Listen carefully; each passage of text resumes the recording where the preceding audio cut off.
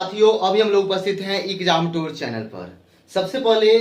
आपसे बता दें कि बीएसएससी विद्यार्थी जो भी इंटर लेवल हैं उनके लिए आयोग को और सरकार को सभी लोगों को उस पर चिंतन मनन करके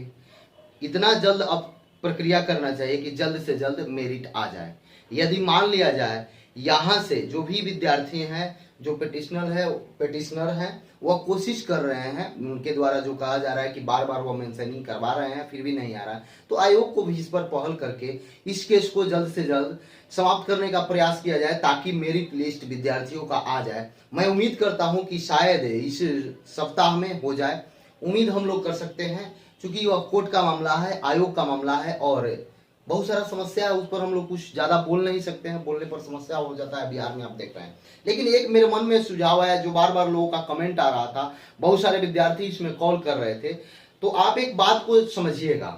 जैसा कि लगभग 500 ऐसे विद्यार्थी होंगे, 500 400 से 500 हम मान रहे हैं, 400 से 500 अप्रोक्स जो बीएसएससी इंटर स्तरीय में डीवी कराए हैं। क्योंकि उनका जो दरोगा का वैकेंसी था कुछ समय लटक गया था केस के मामला को लेकर, तो वो डीवी नहीं कराते, क्योंकि दरोगा में ज्वाइनिंग कर लेते, लेकिन इसमें डीवी करा दिए और उनका ज्वाइनिंग दरोगा में हो गया। तो ये बात आप जानते हैं कि कहीं यदि किसी भी व्यक्ति को मान लिया जाए यहाँ पे लड्डू का व्यवस्था दे दिया जाए और यहाँ पे बड़ा सा गुलाब जामुन दे दिया जाए और यहाँ पे बड़ा सा आपको और एक मिठाई कोई दिया जाए और उस मिठाई का नाम है कि इसमें जंग लगा हुआ है, तो सब कोई क्या करेंगे कि नहीं हम बड़ा वाला मिठाई लेंगे, यानी कि गुलाब जामुन ही लेंगे, जिसमें इसमें कुछ खराबी है वो हम नहीं लेंगे। तो आप जानते हैं 500 ऐसे विद्यार्थी हैं, 400 के 500 करीब में, कि जो दरोगा में भी ज्वाइनिंग कर लिए या भिन्न भिन्न अच्छे अच्छे पद में चले गए हैं, तो वो इसमें नहीं आएंगे, वो भी सीट खाली रहेगी। खाली रहने का अर्थ, कहने का अर्थ हुआ कि यदि आयोग इस पर चिंतन मनन करती, आयोग इस पर एक्टिव रहती, तो अभी उनके पास समय है। जो जिस तरीका से ये इतना दिन समय हुआ, एक दिन 2 दिन के लिए एक अपना वेबसाइट पे यानी कि अपना नोटिस एक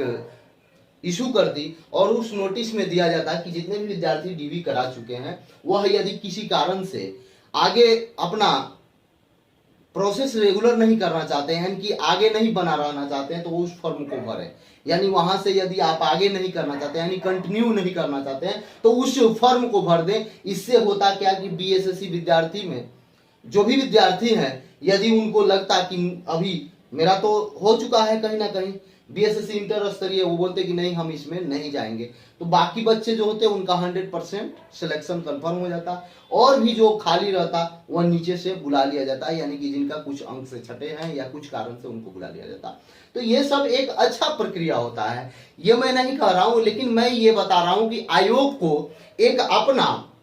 सुझाव पत्र लेना चाहिए किसी भी व्यक्ति से। वह स्टूडेंट सुझाव पत्र दे दे, या वह शिक्षक सुझाव पत्र दे दे, या आम नागरिक सुझाव पत्र दे दें, या कोई विधायक सुझाव पत्र दे दें, या सांसद सुझाव पत्र दे दें, और उस पर अमल करना चाहिए। क्योंकि आप भी जानते हैं कि ये जो वैकेंसी है 2014 की और 2022 तक हो गया, यानी 8 साल से ज्यादा हो गया, अभी तक ये पूरा नहीं हुआ, और पूरा भी नहीं हुआ। इसमें यदि कोई सीट खाली रह जाए, कुछ सीट खाली रह जाए किसी कारण से, तो अच्छा होगा, भले ही नीचे विद्यार्थी को बुला लिया जाए। क्योंकि किसी भी विद्यार्थी का क्या कसूर है, वह 8 साल से आपका वेट कर रहा है, आपके तरफ टकटकी निगाहों से देख रहा है कि आज या कल आप ज्वाइनिंग देंगे। आप देखते हुएगा एक वीडियो वायरल हो रहा है, एक न्यूज पे चलाया जा रहा है, बहुत सारा वीडियो वायरल हो रहा है कि उनके पापा पूछ रहे हैं कब जॉब लगेगा बेटा, कब क्या होगा। ऐसा एक व्यक्ति नहीं है, ऐसा हजारों हजार की संख्या है जिसके मम्मी पापा सुबह उठते हैं, आज हो जाएगा बेटा फाइनल,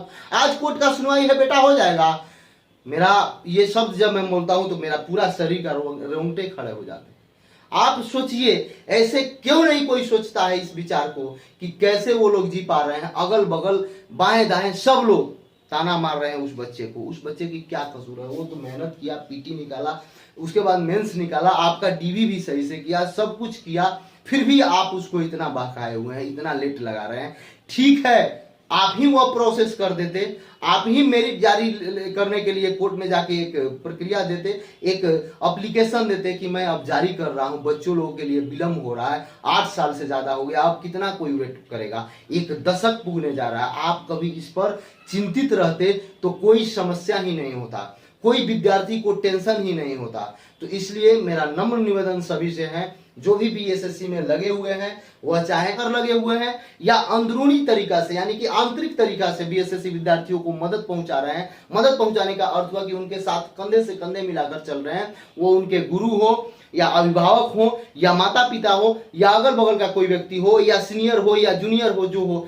मैं सबसे यही कहूंगा कि अब बीएसएससी विद्यार्थी का रिजल्ट मेरिट दे देना चाहिए। अब बहुत विलंब हो रहा है। आयोग को इस बात को समझना चाहिए कि सब कोई बीएसएससी के लिए तत्पर है, इसलिए बीएसएससी इंटर लेवल का जो भी विद्यार्थी है उनका कोई कसूर नहीं है। वह आप भी करने के बाद से आपका वेट कर रहे हैं, और वेट कितना दिन करेंगे वो कोई व्यक्ति 8 साल से आपके लिए खड़े हैं, आपके बातों को सुन रहे हैं, आपके चलते वो कितना ताना सुनते हैं शायद आप लोगों को अनुमान नहीं होगा। आप लोग एसी में आते हैं, बैठ जाते हैं, आप लोग बड़े बड़े अधिकारी हैं, लेकिन वो बच्चे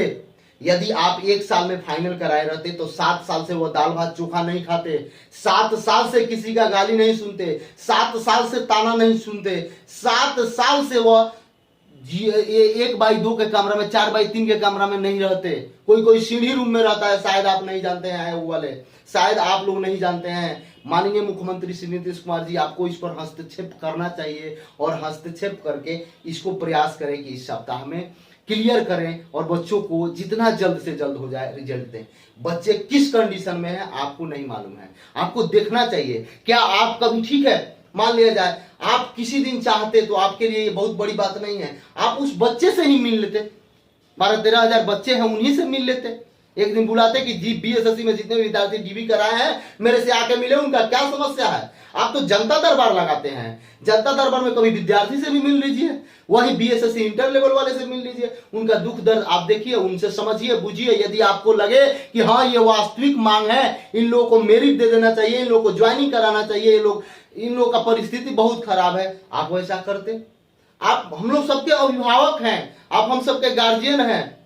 आप ऐसा कर सकते हैं चाहते तो। आपके हाथ में सब कुछ है, पूरा बिहार आप ही के हाथ में है, और सभी विद्यार्थी आपके तरफ टकटकी निगाह से देख रहे हैं कि शायद कहीं आप इसमें हस्तक्षेप कर दें और ये वैकेंसी जल्द से जल्द फाइनल हो जाए। तो इसी निवेदन के साथ यदि